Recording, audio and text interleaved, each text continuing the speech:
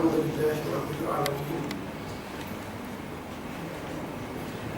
حمدا يوافي نعمه ويكافئ مزيده. أشهد أن لا إله إلا الله وأشهد أن محمدا عبده ورسوله. اللهم صل على سيدنا محمد وعلى آله وصحبه والتابع التابعين بإحسان إلى يوم الدين. أما بعد. Muslimin muslimat sidang jemaah yang hormati lagi dikasih sekalian, kita masih lagi berada pada bulan Muharram. Di antara dua perkara yang menjadi amalan kepada orang Islam dan orang Melayu, yang pertama, mereka akan menyambut peristiwa Al-Hijrah. Yang kedua, mereka akan membuat bubur Asyura sempena bulan Muharram. Dalam Al-Quranul Karim, Allah mendatangkan ayat yang berkait dengan hijrah. Innal ladzina amanu wal ladzina hajaru wajahidu fi sabilillah ulaika yarjuna rahmatallah. Sesungguhnya orang-orang yang beriman, orang-orang yang berhijrah, dan orang-orang yang berjihad fi sabilillah, tidak ada yang mereka harap kecuali rahmat daripada Allah Subhanahu wa ta'ala. Cerita hijrah ini bukan cerita baru, tapi cerita yang disebut oleh Allah dalam Quran dan disebut oleh ulama lebih daripada 1400 tahun. Yang pertama, kita mesti memahami apa sebab Nabi SAW meninggalkan tanah air. Orang yang buat kerja besar ni ada matlamat dan urusan yang sangat besar. Yang pertama, Allah telah sebut dalam Quran apa tujuan dibangkit Nabi Muhammad SAW. Firman Allah Ta'ala, وَمَا أَرْسَلْنَاكَ إِلَّا كَافَةً لِلنَّاسِ بَشِيرًا وَنَذِيرًا وَلَكِنَّ أَكْثَرَ النَّاسِ لَا يَعْلَمُونَ. Aku tak hantar Muhammad kepada kamu, kata Allah, kecuali untuk dua perkara yang sangat penting. Yang pertama, Bashir. Makna Bashirah ni menceritakan apa yang baik yang berkaitan dengan syurga. Kemudian Nazirah. Makna Nazirah ni memberi amaran tentang azab api neraka. Sebab itu pada hari kiamat, manusia tak boleh buat satu alasan, kami masuk neraka kerana kami tak tahu, ya Allah. Tidak boleh buat alasan.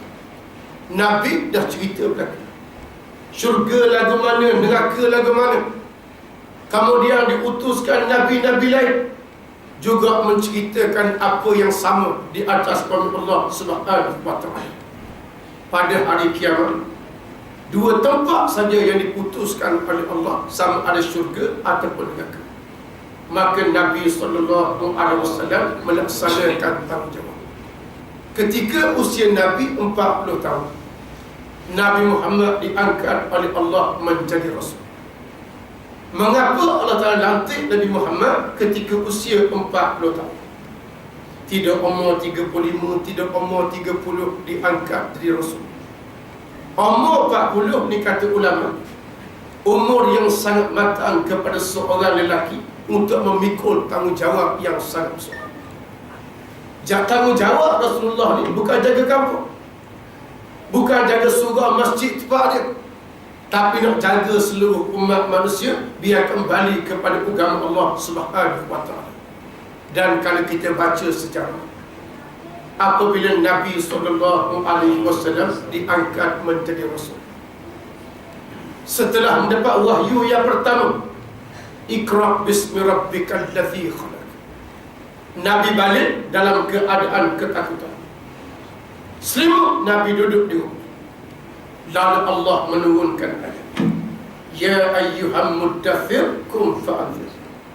Wahai orang-orang yang muslim, bangun beri amalan.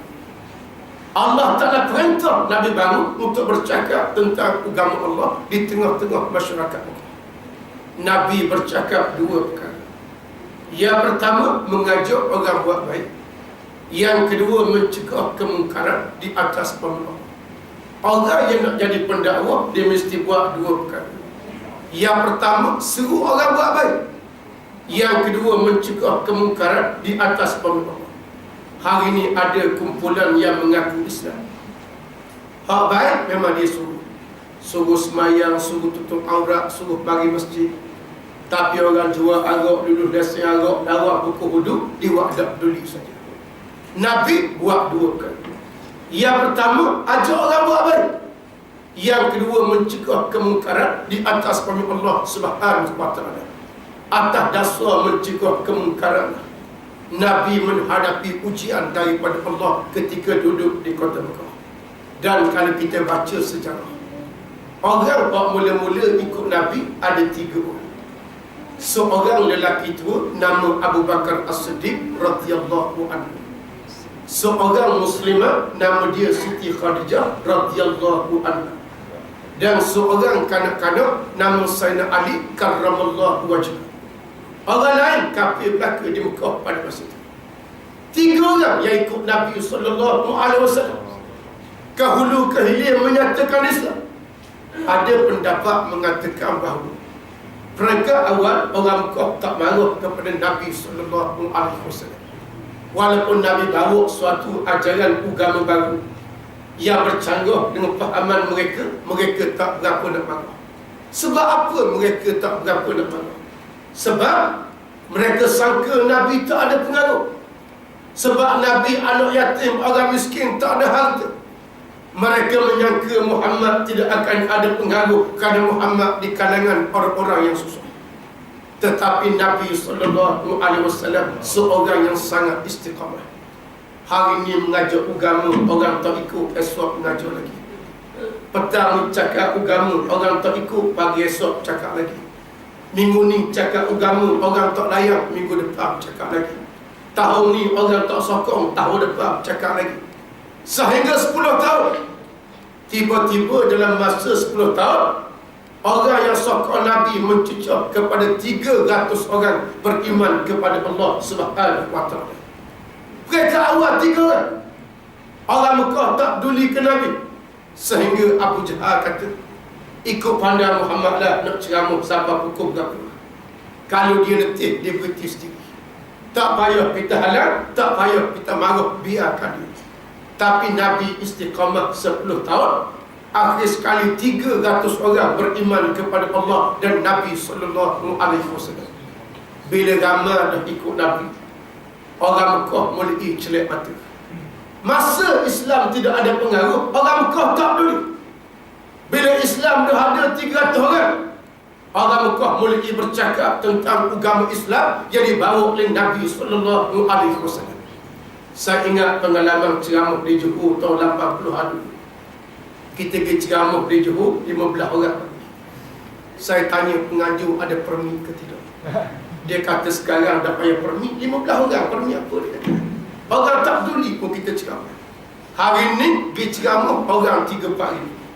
Kalau tak ada permi, tidur dalam lokal. Demikian hak berlaku zaman Nabi. Mereka awalnya mereka tak peduli kerana tak ada pengaruh. Bila 300 orang dah ikut Nabi, orang Mekah mulai celak mata.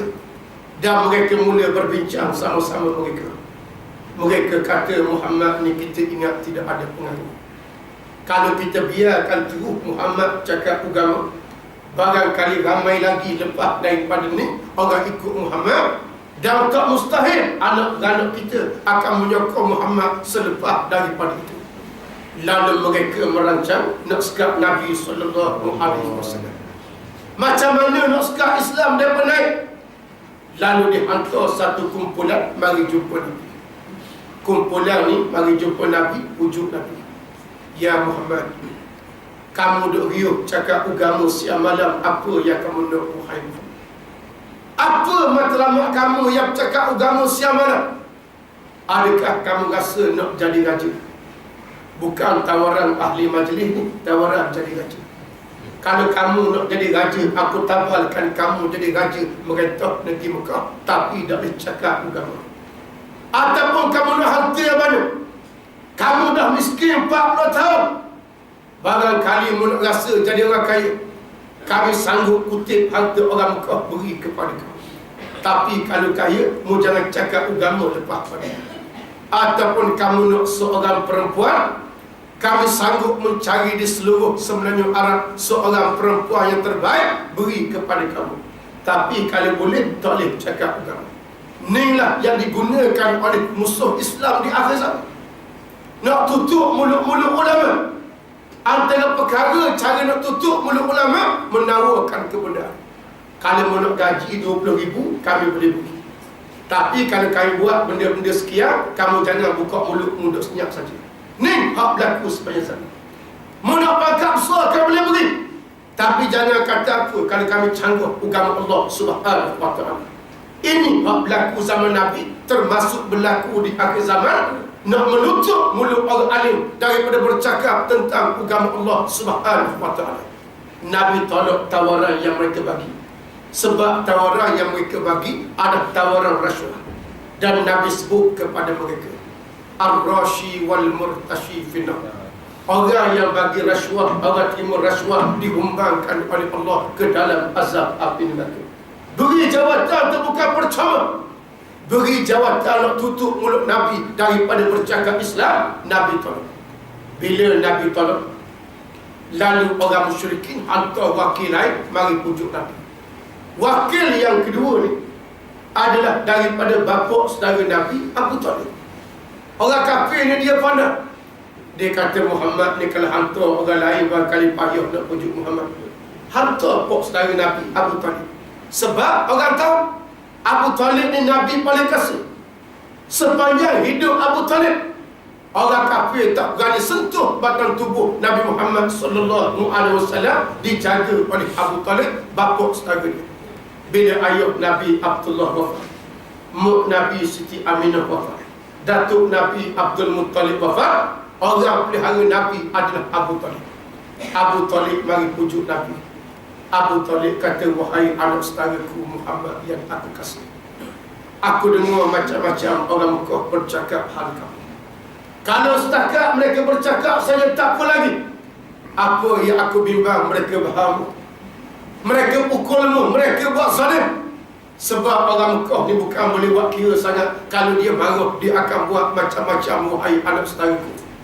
Maka di atas nama bapa saudara, aku nasihat kepada kamu, jangan kuat sangat mengajar agama. Kalau nak mengajar agama pun, jangan-jangan sekali. Musim Al-Hijrah ke, musim Nisfu Sya'ban ke, musim Isra' Mi'raj ke, musim Nuzul Quran ke, baru cakap agama. Kalau hari-hari cakap agama, orang marah. Orang marah, wahai anak saudaraku. Kalau hari-hari cakap agama selama 10 tahun, Nabi jawab dengan tegas, wallahi ya amri, law wad'u syamsa fi yamin wal qamara fi yasar, ada an atruka hadzal am ma taraktuhu. Demi Allah, wahai bapa saudara yang aku kasih, kalau mereka berjaya letak matahari di tangan kanan ataupun bulan di tangan kiri, ataupun aku mati dibunuh kerananya, demi Allah aku tak tinggal kerja Islam. Inilah istiqamahnya Nabi menyatakan agama Allah. Kalau Nabi tak istiqamah, kita tak merasai kemanisan Islam hidup di akhir zaman di atas bumi Allah Subhanahu wa ta'ala. Bila pujuk 3-4 kali tak jadi apa, orang Mekah mulai naik berang, naik marah kepada Nabi dan pengikut-pengikut Nabi. Maka bermulalah mereka buat kerja zalim kepada orang Islam. Pujuk 3-4 kali tak jadi apa, akhirnya mereka buat zalim nak sekat Nabi daripada bercakap tentang Islam. Maka ada sahabat yang dipukul, dibunuh macam-macam. Orang yang mula-mula sekali mati syahid zaman Nabi, seorang Muslimah, nama dia Sayyidatina Sumayyah, mati ditikam oleh Abu Jahal. Suami dia Yasir juga dibunuh.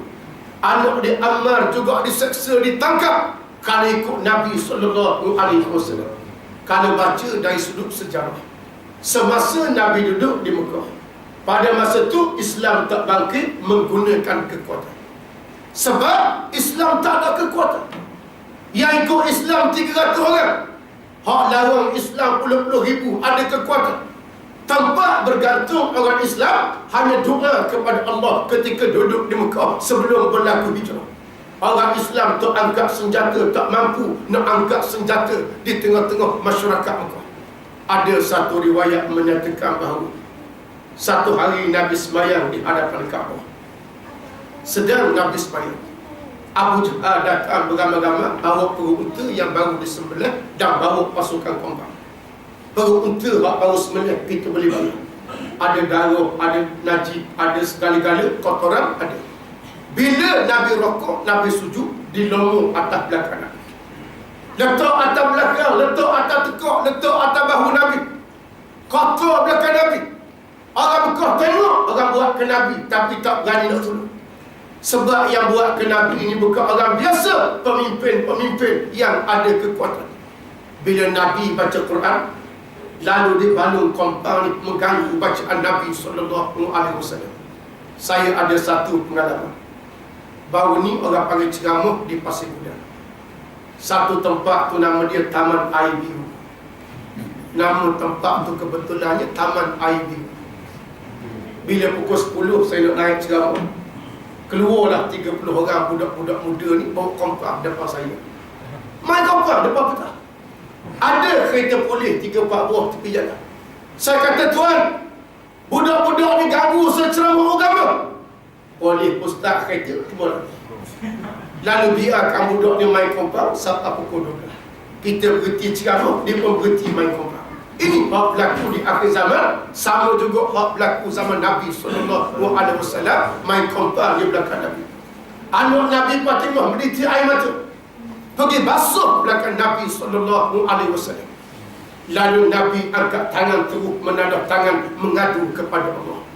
Allahumma alaika bi Quraisy, Allahumma alaika bi Abi Jahlin ibnu Hisham, Allahumma alaika bi Utbah ibnu Rabi'ah. Ya Allah, ya Tuhanku, aku serahlah kepadamu urusan orang-orang Quraisy. Aku serahlah kepadamu urusan Abu Jahal. Aku serahlah kepadamu urusan Utbah ibnu Rabi'ah. Nabi baca doa, sebut nama seorang-seorang mengadu kepada Allah Subhanahu wa ta'ala. Ulama-ulama Islam berbincang dengan panjang lebar. Boleh tak kita baca doa ni sebut nama musuh mengadu kepada Allah? Ulama-ulama kata, jika ditakdirkan oleh Allah, kamu duduk di suatu wilayah di mana pemimpin tersebut zalim menentang agama Allah, dibolehkan berdoa sebut nama mengadu kepada Allah Subhanahu wa ta'ala. Nabi berdoa sebut nama. Seorang-seorang Nabi sebut nama. Kemudian tekanan pada Islam makin lama makin hebat, sehingga ada pendapat mengatakan bahawa orang Islam pergi ke pasar, orang bukan Islam tak jual makanan kepada orang Islam. Ekonomi pada masa itu dipegang oleh orang yang bukan Islam. Siapa tak jual makanan? Nabi dan sahabat ambil anak batu ikat di perut, sehingga ada sahabat yang mari datang jumpa Nabi. Ya Rasulullah, marilah kita pindah duduk tempat lain, wahai Rasulullah. Di Mekah ni bukan setakat tak boleh sembahyang. Siapa nak makan berpayah di Mekah ni menghadapi tekanan daripada orang yang bukan Islam. Ada sahabat ajak pindah. Nabi kata sabar. Sekarang tak sampai lagi wahyu daripada Allah, kita kena sabar. Kemudian ada seorang sahabat nama dia Khabbab bin Arad. Khabbab bin Arad ni seorang sahabat tak tahan sabar. Dia mari jumpa Nabi SAW. Ya Rasulullah, setahu saya doa Rasulullah Allah Ta'ala datang. Mengapa Nabi tak berdoa kepada Allah supaya Islam menang pada hari ini? Kalau saya jadi Nabi, hari ini saya berdoa biar Islam menang, biar orang kafir biarnya mampu mereka. Pasal apa Nabi tak doa kepada Allah sekarang? Nabi tengok muka Khabbab, merah muka Nabi. Nabi kata, wahai Khabbab, awak seorang yang kokoh tak tahan sabar. Awak tak kena macam umat zaman dulu. Umat zaman dulu dibelah kepala dengan gergaji, disikap tubuh daripada sikap besi. keluar darah, keluar daging, keluar urat segala-galanya. Mautatun fi ta'atillah khairun min hayatin fi maksiatih. Mati dan taat kepada Allah lebih baik daripada hidup derhaka kepada Allah Subhanahu wa ta'ala. Hari-hari tekanan. Ada sahabat mengadu macam-macam. Nabi kata sabar. Sabar menghadapi ujian daripada Allah Subhanahu wa ta'ala. Bila tekanan itu terlalu kuat, akhir sekali Nabi melangkah setapak pergi ke Taif. Harapan orang Taif akan menerima ajaran Islam. Sampai di Taif, Nabi cerita kepada orang ramai, akulah Nabi akhir zaman yang diutuskan pada Allah. Cerita bab syurga, cerita bab neraka, cerita bab alam barzah, cerita bab dosa pahala, cerita nikmat syurga, cerita azab neraka, cerita segala-galanya. Tiba-tiba sangkaan Nabi melesat. Orang Taif mengupah anak-anak muda, ambil anak-anak batu, lontar ke arah Nabi SAW. Berdarah mengalir sampai ke tubuh. Angkat tangan pula mengadu kepada Allah. Allahumma inni ashku ilaika dha'fa quwwati. Ya Allah, ya Tuhanku, aku mengadu kepadamu betapa lemahnya aku pada hari ini. Sedang Nabi berdoa, malaikat kata, cukup wahai Muhammad. Doa kamu telah didengar oleh Allah. Cukup wahai Muhammad. Aku datang sekarang, aku dikirim oleh Allah Subhanahu wa ta'ala. Dan aku nak tanya kepada kamu sekarang, apa yang kamu nak suruh aku buat sekarang? Adakah kamu nak suruh aku ambil bukit yang besar ni, hempak atas kepala mereka? Kalau mereka lontar batu, wahai Muhammad, kalau nak suruh sekarang aku angkat bukit ni, hempak atas kepala mereka? Nabi kata jangan. Mereka tak ikut agama kerana mereka tak reti, insya-Allah akan datang beriman kepada Allah. Dan kalau kita baca sejarah, pada tahun 9 Hijrah, anak-anak muda yang lontar batu kepada Nabi di Taif, tahun 9 Hijrah telah beriman kepada Allah dan menjadi pemuda yang paling kuat duduk di belakang Nabi di kota Madinah. Ini nak cerita Rasulullah suruh jaga orang muda. Kalau ikut perasaan gerak, hari itu juga suruh malaikat ambil bukit, hempak atas kepala mereka. Nabi kata jangan. Mereka larang kerana mereka tak reti. InsyaAllah akan datang mereka beriman kepada Allah. Rupanya harapan Nabi menjadi kenyataan. Tahun 9 Hijrah, anak-anak muda tadi beriman kepada Allah Subhanahu wa ta'ala. Orang lawan Islam ni ada dua perkara. Yang pertama, dia lawan kerana jahat. Yang kedua, dia lawan kerana jahat. Hak tak ada agama, kita anggap dia menentang kerana jahat. Tapi kalau mengaji sampai ke Mekah, sampai ke Mesir, sampai ke Madinah, balik PhD pun ada, lawan canggah hukum Islam juga. Hak ni bukan jahil dah, jahat sungguh di atas firman Allah Subhanahu wa ta'ala. Hak lawan Islam zaman Nabi, majoriti jahil. Nabi kata jangan hukum mereka. InsyaAllah akan datang mereka beriman kepada Allah Subhanahu wa ta'ala. Nabi balik semula ke Mekah, tak jadi berdakwah di Taif. Saya pergi ke Taif baru ni, jumpa ulama-ulama dia yang tua-tua, sembang sambil minum teh, sembang dengan ulama dia, cerita kisah Nabi Muhammad kena lontar dengan batu. Masa Nabi berdakwah 1400 tahun dulu, ulama-ulama dia meniti air mata, mendadak air mata. Ulama dia kata, kalau tidak kerana orang tua kami halau Muhammad, nescaya Taiflah negara Islam yang pertama, bukan Madinah negara Islam yang pertama.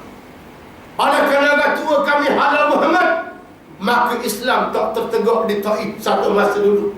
Ruginya kami orang-orang Taif, orang tua kami halau Muhammad nak membawa ajaran Allah Subhanahu wa ta'ala. Ini penyesalan daripada ulama-ulama yang ada di Taif pada hari ini. Lalu Nabi balik ke Mekah, bercakap Islam terus meneru kepada masyarakat Mekah. Dan kalau kita baca sejarah, bulan paling orang Mekah takut sekali bulan haji. Sebab apa Abu Jahal, Abu Lahab, Abu Sufyan takut sangat bulan haji? Sebab bulan haji ini ramai orang luar datang ke Mekah menunaikan ibadat haji. Untuk maklumat kita, orang zaman dulu walaupun kafir, haji mereka tak tinggal. Sebab ibadat haji ini suatu ibadat yang diasaskan di zaman Nabi Allah Ibrahim AS. Bukan ibadat baru, ibadat lama. Selepas Nabi Allah Ibrahim wafat, Orang masih buat kerja haji, tapi haji cara jahiliah. Orang lelaki tawaf telanjang pada waktu siang. Orang perempuan tawaf telanjang pada waktu malam. Sembelih binatang ternakan, darah tu lumur kepada berhala, letak dekat Kaabah. Ini haji dan korban cara jahiliah. Musim haji, ramai orang luar datang ke Mekah. Abu Jahal serba salah. Abu Jahal kata bimbang sungguh ramai orang datang. Bimbang kenapa? Bimbang takut jumpa Muhammad masuk Islam, buat balik Islam ke negara mereka. Sebab pada masa tu Islam hanya ada di Mekah saja. Yaman, Sana'a, Hadramaut, Syria, negara lain Islam tak siapa lagi. Abu Jahal kata kalau ramai mai ke Mekah temu Muhammad, kalau masuk Islam beratlah kita buat balik Islam ke negara mereka. Sebab Muhammad ni orang yang baik, orang yang amanah, tak mungkin janji, orang yang memegang pada ucapan dia, akhlak dia baik. Orang bertemu Muhammad mudah nak masuk Islam. Abu Jahal kata kita kena kawal orang ramai biar jangan bertemu Muhammad. Sehingga ada pendapat menyebut lorong nak masuk ke Mekah, habis kena kawal mereka. Lorong ni Abu Jahal jaga, lorong ni Abu Sufyan jaga, lorong ni Abu Lahab jaga, lorong ni Abu Aswad jaga, lorong ni Abu Bakhtari jaga. Zaman dulu hak nama Abu tu jahat jaga. Abu Jahal, Abu Sufyan, Abu Lahab, Abu Bakhtari, Abu Aswad jaga lorong nak masuk ke Mekah. Bila orang luar masuk ke Mekah, mereka pesan, awak jangan temu Muhammad, Muhammad orang gila. Jangan bertemu Muhammad, Muhammad ahli sihir. Jangan bertemu Muhammad, Muhammad ada penyakit. Orang yang bertemu dengan Muhammad, habis penyakit itu berjangkit ke dia belaka. Orang luar habis mari perasaan takut belaka. Kenapa? Cerita tentang Muhammad ni macam-macam. Sehingga selepas buat kerja haji, masing-masing semua pakat balik belaka kerana bimbang Muhammad orang paling bahaya. Inilah yang digunakan oleh musuh-musuh Islam di akhir zaman. Cara nak mematikan Islam, antaranya mereka membunuh peribadi ulama-ulama di atas panggung Allah. Keluar dalam internet, Ustaz Azhar itu berzina dengan orang. Orang macam kita mungkin tak percaya. Dalam 30 juta mungkin kita tak percaya, tapi 400 ribu hak bodoh-bodoh percaya. Ada hak percaya. Gambar Tok Goni Aziz muka macam babi.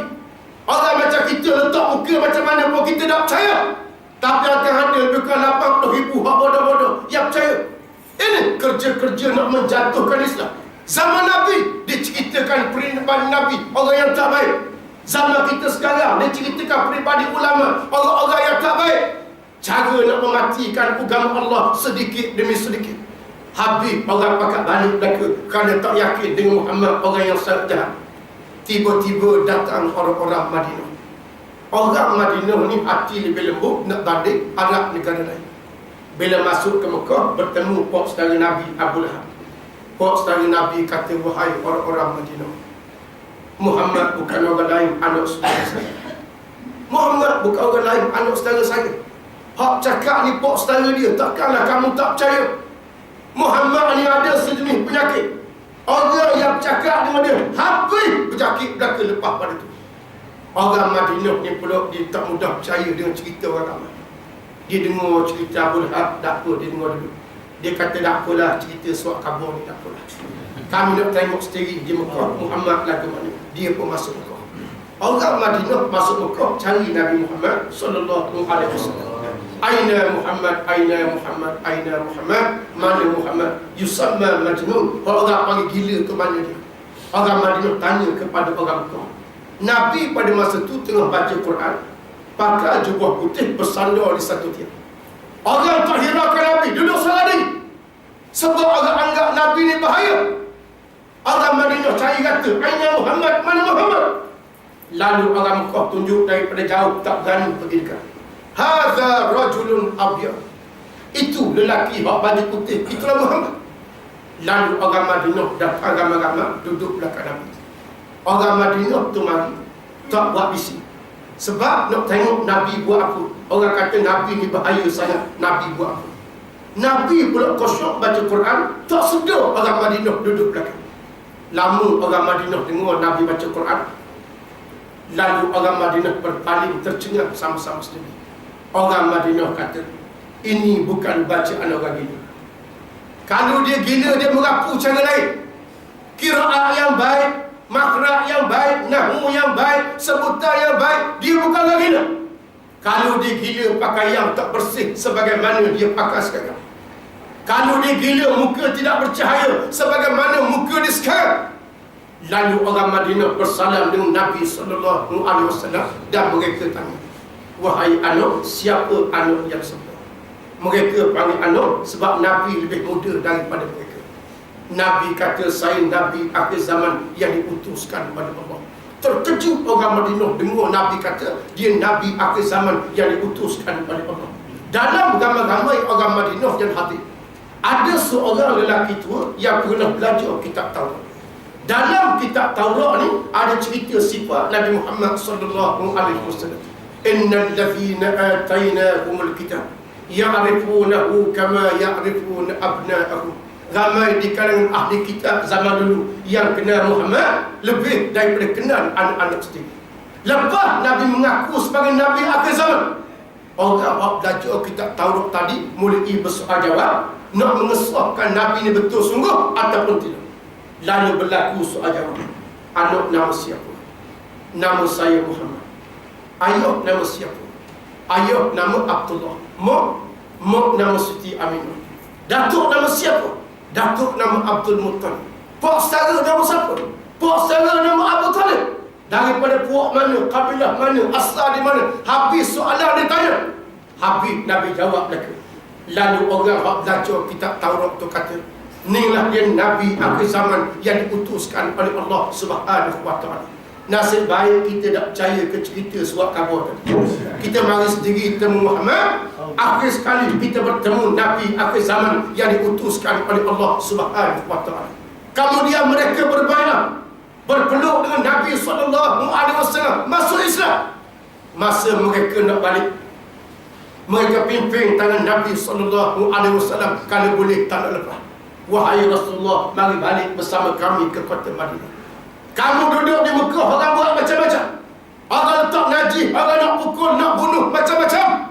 Mari balik ke kota Madinah, biar kami jaga kamu, wahai Rasulullah. Kami sanggup menjadikan anak isteri kami galang ganti kepada kamu, wahai Rasulullah. Nabi kata, pergi balik dulu. Sekarang tak ada wahyu daripada Allah. Orang Madinah yang masuk Islam tahun ini, haji tahun depan, bawa kumpulan lain masuk Islam. Haji tahun depan sekali lagi, bawa kumpulan lain masuk Islam. Nabi tak sampai lagi di Madinah, ramai dah orang Madinah yang beriman kepada Allah, yang menanti kehadiran Nabi Muhammad SAW. Selepas beberapa tahun, Allah Ta'ala perintah Nabi SAW hijrah ke Madinah. Nabi kumpul sahabat ramai-ramai. Nabi kata, barang siapa di antara kamu yang mudah perjalanan, tak ada masalah sesat dan kedah, sila berhijrah ke Madinah sekarang. Aku lambat lagi, sebab aku nak selesaikan amanah orang yang banyak dengan aku sekarang.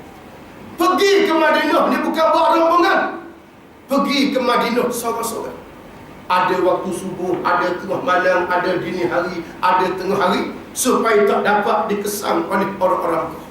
Nabi kata, aku lewat sebab aku nak selesaikan amanah orang yang banyak dengan aku. Nabi Muhammad ni walaupun orang kafir benci ke Nabi, marah ke Nabi, beramanah cari Nabi.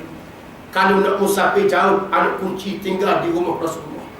Kalau ada barang kemas tak yakin simpan di rumah, simpan dengan Rasulullah.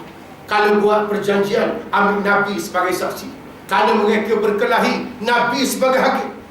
Tak suka dengan agama Nabi Muhammad bawa, tapi beramanah cari Nabi. Nabi kata, banyak amanah orang ni, aku nak susah dulu. Pasal apa orang Mekah dok tinggal kunci Abu Jahal? Dia tahu dah, kalau tinggal Abu Jahal balik bulan depan, tinggal kunci je. Rumah tak tahu ke mana hari. Masing-masing pakat tinggal ke Nabi, amanah yang bagi. Masa semua sekali, siapa di Madinah dah. Akhir sekali siapa giliran Nabi Muhammad nak hijrah ke Madinah. Malam tu rumah Nabi kena kepung oleh 12 orang pemuda yang gagah berani. Nabi panggil Sayyidina Ali, ya Ali, kamu tidur di atas hamparan aku. Kamu tidur ni. Nabi ambil segenggam pasir, baca ayat surah Yasin. Wa ja'alna min baini aydihim sadda wa min khalfihim sadda fa'aghshaynahum fahum la yubsirun. Kami jadikan depan mereka dinding, belakang mereka dinding, dihalang oleh harta mereka oleh Allah. Nabi tabur pasal itu. Lepas Nabi tabur, semua bawa kepung rumah Nabi dah dicelik mata mereka. Ada kata pedih, sakit, ada kata mengantuk, terus tidur mereka. Esok apabila matahari tinggi sekali, sekitar pukul 9, pukul 10 kali, hak tidur semalam, bangkit mereka. Lalu mereka terjah ke rumah Nabi SAW. Tengok Sayyidina Ali ada, Nabi tak ada. Pegang baju Sayyidina Ali dan mereka beri amaran. Aina Muhammad, aina Muhammad, mana Muhammad? Sayyidina Ali kata, lam arif, aku dah tahu. Lalu 12 orang yang belasah Sayyidina Ali. Dan Sayyidina Ali juga seorang pahlawan, saifun min suyufillah, satu pedang daripada pedang-pedang Allah. 12 orang lawan seorang, tak jadi apa. Akhir sekali, letih Sayyidina Ali, tangkap Sayyidina Ali, ikat, jemur di hadapan Kaabah. Abu Jahal dah mulai mengamuk sekarang. Muhammad terlepas pergi ke Madinah. Bimbang takut tegak negara Islam. Kalau naik negara Islam Madinah, ancaman yang besar kepada orang-orang jahiliah di seluruh semenanjung Arab. Lagu mana keadaan pun Muhammad mesti disekap. Lalu Abu Jahal lari ke rumah Abu Bakar. Takut Nabi ada di sana. Tanya pada anak dia Asma, ya Asma, aina Abu Bakar? Mana ayah Abu Bakar? Aina Muhammad, mana Muhammad? Asma kata, lam a'rif, aku pun tak tahu. Bila Asma kata tak tahu, Abu Jahal kata tampur muka Asma, gabi telinga. Campur surah ni, gabi telinga. Sampai keluar darah, tak cerita Nabi di mana, tak cerita. Dan Abu Jahal ni balik ke Mekah, buat tawaran. Barang siapa yang dapat menangkap Muhammad hidup ataupun mati, akan dibayar dengan hadiah sebanyak 100 ekor unta. 100 ekor unta ni kalau zaman ni ibarat 100 buah mesjid barangkali. 100 ekor unta. Unta zaman Nabi ni hanya layak dimiliki oleh orang kaya saja. Orang miskin tak layak. Binatang yang mahal, kenderaan yang mahal, 100 ekor unta. Orang Mekah tahu tawaran 100 ekor unta ni, masing-masing dah jadi kelang kabut. Habis tinggal pekerjaan asas mereka, ambil lembing, ambil tombak, keluar kepada pasir, cari Nabi SAW. Hak jaga ternakan, tak peduli dah keternakan. Orang kata ternak kamu merata-rata, ikut pandang dia nak pergi ke mana pun. Yang penting aku dapat Muhammad hadiah 100 ekor unta. Hak buat rumah orang, tinggal rumah orang tak siap. Orang kata tuang dia nak duduk ni, ikut pandang dia lah, nak duduk di mana pun. Yang penting aku dapat Muhammad hadiah 100 ekor unta. Tak peduli dah pekerjaan lain, masing-masing cari Nabi hadiah 100 ekor unta. Dan untuk maklumat kita, orang Mekah ni kenal Nabi bukan setakat kenal Nabi. Semua keturunan Nabi mereka kenal di kalangan orang-orang yang baik. Ayah Nabi Abdullah semasa dia muda, habis anak dara Mekah cakap mereka, kalau boleh jadi isteri kepada Abdullah, bahagialah kita. Abdullah orang dikenali orang terbaik di kota Mekah. Mak Nabi Siti Aminah, orang lelaki nak belaka. Pasal Siti Aminah ni orang yang baik. Datuk Nabi Abdul Muttalib, dia beri amanah jaga kunci Kaabah. Pak saudara Nabi Abu Talib orang baik, suka tolong orang. Muhammad bin Al-Amin yang menyelesaikan masalah orang di Mekah, macam-macam masalah. Tiba-tiba bila mari hadiah 100 ekor unta, nyebuah tak kenal Rasulullah. Habis dia tak kenal mereka. Kenal Nabi? Tak kenal. Tak kenal mereka. Habis ambil parang nak bunuh Nabi. Macam zaman kita, zaman sekarang lah. Anak dia, cucu dia, 4 orang tamat mengaji Quran dengan kita. Ayah dia mati, kita baca talqin. Mak dia sakit, kita baca Yasin. Adik dia nak sekolah, kita buat air taruh. Adik dia susah belajar, kita cari bantuan. Mari 600 tengah menyewa kenal kita. Sama lah macam hak berlaku zaman Nabi. Hak 40 tahun kenal keluarga Nabi ni orang baik. Mari hadiah 100 ekor unta, tak kenal Nabi Muhammad SAW. Zaman kita demikianlah, yang baik hari-hari. Bunyi orang nak bagi piti 600 tengah, jadi tak kenal dah kita lepas pada tu. Ini hak berlaku dalam sejarah. Dan Nabi pergi ke Madinah tak lalu jalan biasa. Tak lalu jalan biasa, lalu jalan jauh. Nabi nak lalu jalan biasa boleh, tapi Nabi tahu bahaya di tengah jalan. Macam kita duduk di Kelang, nak di Kuala Lumpur dekat sana, tapi saja pergi Kipuh dulu. Naik ikut jauh, naik ikut highway Patah Timur, peluk turun ikut Karak, turun ikut Gombok. Siapa juga dia Kuala Lumpur, 4 hari pun siapa. Sama lah macam Nabi. Nak pergi ke Madinah dalam biasa ni boleh, tapi bahaya. Lalu ikut jalan lain sampai masa panjang baru sampai ke Madinah. Sepanjang perjalanan Nabi ikut jalan jauh, nak ditakdirkan oleh Allah, Nabi bertemu satu kemah orang Badui. Ada sepasang suami isteri orang Badui yang duduk jauh di padang pasir menternak beberapa ekor kambing, duduk dalam kemah. Nabi sapa dekat kemah dia, Nabi tanya orang Badui, wahai ibu, ada jual ke tidak susu kambing? Orang tua tu kata, wahai orang muda, sekarang musim kemarau, kambing tak ada susu. Memang musim tu musim kemarau, tak ada susu. Nabi kata, bawa seekor yang betina, aku nak pegang. Bila Nabi pegang, tiba-tiba kambing jadi gemuk penuh dengan susu, dengan mukjizat daripada Allah. Nabi dah berbakar buah susu, minum sepuah-puah. Lepas Nabi minum, Nabi pesan pula kepada orang Badui, kalau ada beldi, kalau ada beseng, kalau ada bekah apa, mari tak ada. Susu banyak sangat. Ada pendapat kata, susu tu keluar macam air. Banyak sangat susu ni keluar, mari tak ada belakang. Habis bekah, beldi, beseng, waktu tubik belakang, tak ada belakang. Kemudian Nabi meneruskan perjalanan. Orang Badui terpinga-pinga, siapa orang muda? Wajah bercahaya, rambut panjang, dada bidang, berjalan laju, akhlak baik, siapa dia? Nabi tak cerita siapa dia. Lepas Nabi hilang daripada pandangan, lalu orang Badui ni, 2 orang bincang bak susu. Dia kata, susu banyak ni nak buat apa? Kalau kita nak minum 5-6 gelas tak apa dah. Tapi 7-8 belti nak buat apa? Sekarang ni pula musim kemarau, susu akan gosok, susu akan masak. Lalu isteri dijawab kepada suami, awak ambil penganda, pergi jual ke pasar Mekah. Masa tu Mekah jauh ke belakang. Tapi orang Badui ni gagah macam orang asli. Dipikul susu kiri kanan, dijual ke pasar Mekah. Siapa di pasar Mekah diisytihar kepada orang ramai, barang siapa nak beli susu kambing, aku ada jual sekarang. Orang Mekah terkejut belakang. Orang Mekah kata, sekarang di musim kemarau, kambing tak ada susu. Yang mu ni main bawa 7-8 beldi, ambil pada mana? Mu cakap betul. Susu kambing ke susu ketua, siapa mu faham? Yang banyak sangat 7-8 beldi ni, ambil pada mana? Orang Badui itu tak pandai cakap buruk. Dia kata, semalam orang muda singgah di kemah saya. Bila pegang kambing saya jadi gemuk penuh dengan susu. Habis orang mari dekat dia belakang ni, sebab ada cerita pelik. Dalam gambar-gambar yang hadir, ada seorang lelaki nama dia Surakah bin Malik. Surakah bin Malik ni kerja dia ambil upah bunuh orang. Ini kerja dia di Mekah, dia hidup jasa ambil upah pukul orang, ambil upah bunuh orang. Orang berani zaman dulu. Kalau zaman kita ke orang narik kereta lah, orang berlaku kereta dah bayar, dia tukar tayar. Ni hak berani semua. Zaman dulu Surakah ni orang ambil upah bunuh orang. Bila dengar Badui ni bawa cerita pelik, dia pegang tangan orang Badui, heret tempat dia. Dia kata, aku nak tanya, wajah orang muda yang singgah di kemah kamu, wajah macam mana? Orang Badui itu tak syok apa, cerita wajah Rasulullah.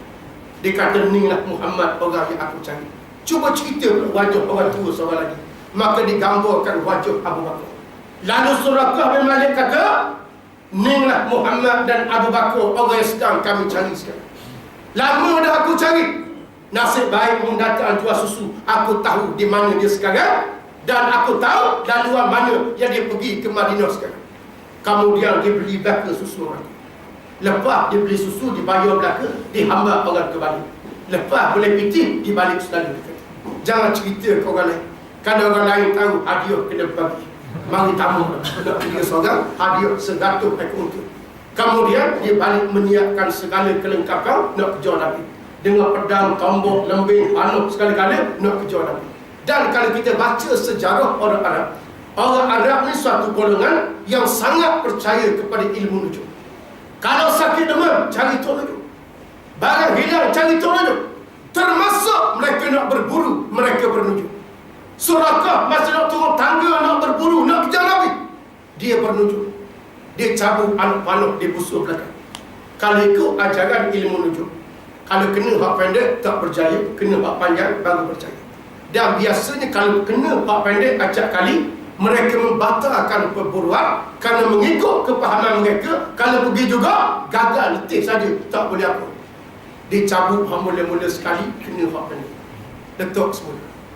Cabut kali kedua, pendek pula, letak semula. Kaca semula, takut nak rata belakang. Cabut sampai 7-8 kali, kena hak pendek. Kalau dari segi hukum adab, Suraqah mesti membatalkan pembunuhan kerana tak boleh cabut yang panjang. Tapi hadiah 100 ekor unta. Lalu Suraqah bin Malik kata, nujur-nujur ni tipu belaka, dia kata. Hadiah tu yang paling penting sekali, 100 ekor unta. Lalu dia berlari di tengah padang pasir, ikut dengar yang diceritakan oleh orang tua dia. Daripada jauh nampak kelibat Nabi Muhammad yang menuju ke Madinah, yang sedang menuju ke Ghusur, mengarah ke arah Madinah. Lalu Suraqah angkat pedang kalau boleh nak cantap daripada belakang. Sapa dekat Nabi, Allah Ta'ala perintah bumi supaya bergekah. Bumi pun bergekah, pegang kaki kuda Suraqah bin Malik. Kuda dia berhenti, dia melayang jatuh ke depan, jatuh di belakang Nabi SAW. Macam kita naik motosikal lah, dari 140 berit maju. Motosikal tu berhenti, driver tu terbang ke depan. Inilah hak kena pada Suraqah. Dia jatuh di belakang Nabi. Senjata, lembing, tombak, panah, tak tahu ke mana dah. Habis berterabur belakang. Nabi berhenti dekat Suraqah. Ya Suraqah, min aina jita wa aina tazhab. Datang daripada mana, nak pergi ke mana? Limadha tajri bisur'ah, yang bawa laju sangat ni pas lama.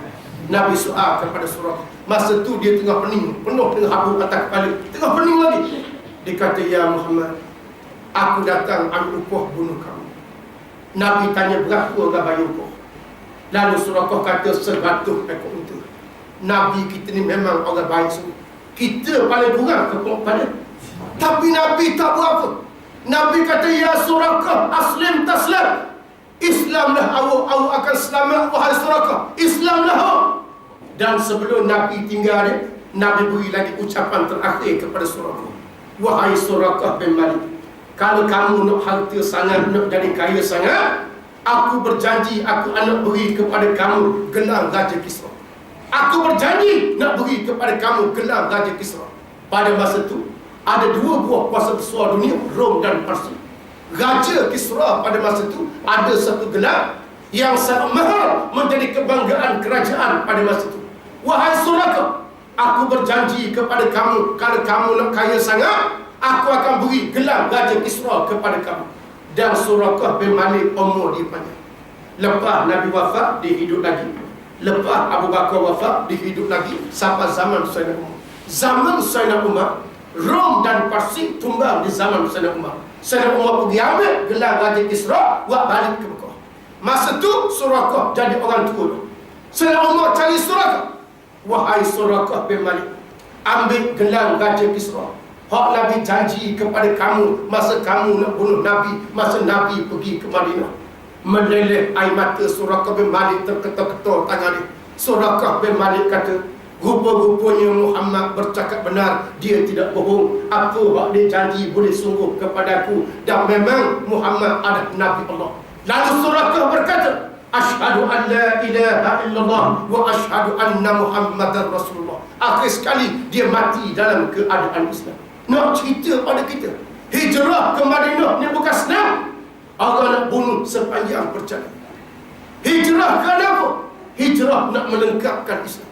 Kalau setakat puasa, semayang, zakat, haji, Nabi boleh buat di Mekah, boleh buat sekali-kali. Tapi Islam ada negara, ada siasat, ada politik, ada ekonomi, ada undang-undang. Hak Nabi tak boleh tegak di kota Mekah. Allah telah suruh Nabi lengkapkan Islam di kota Madinah. Sebab itu orang yang sama hijrah, kemuncak kepada sambutan kita, mendirikan sebuah negara, melaksanakan syariat daripada Allah Subhanahu wa Ta'ala. Ni Ustaz cerita secara reka. Kalau nak cerita secara detail, sepanjang perjalanan, macam-macam orang tolong Nabi. Ada orang kafir yang tolong Nabi tengah jalan. Nama dia Abdullah bin Uraiki. Abdullah bin Uraiki ni dia kafir. Tapi orang kafir pada suka kepada perangai Abu Jahal. Orang kafir yang baik. Allah telah jadikan ada orang kafir yang baik. Walaupun kafir, tak makan dan babi, tak minum arak, tak rasuah, suka tolong orang. Ada orang macam tu. Bukan zaman dulu saja, termasuk zaman sekarang. Bila Abdullah bin Uraikid beritahu Rasulullah, aku tahu jalan selamat pergi ke Madinah, Nabi terima cadangan dia. Ada 40 Nabi daripada kalangan orang bukan Islam, termasuk binatang-binatang. Kalau baca buku-buku sejarah, takut kaki Nabi ni biar Allah tolong sapu. Takut orang tahu. Masuk di gua sur, binatang lain pula mari laba-laba, mari burung merpati. Binatang berhenti nak tolong Nabi menegakkan Islam. Tiba-tiba ada di akhir zaman orang nak canggah ajaran daripada Allah Subhanahu wa taala. Sehari dua ni saya baca banyak dalam internet. Hak di Selangor ni dia ada kumpulan Sisters in Islam. Sis, orang panggil Sisters in Islam ni buat perangai macam-macam, mengaku sebagai orang Islam, tetapi mereka komplain Allah Ta'ala ni macam-macam kritik Allah Ta'ala. Bila dia baca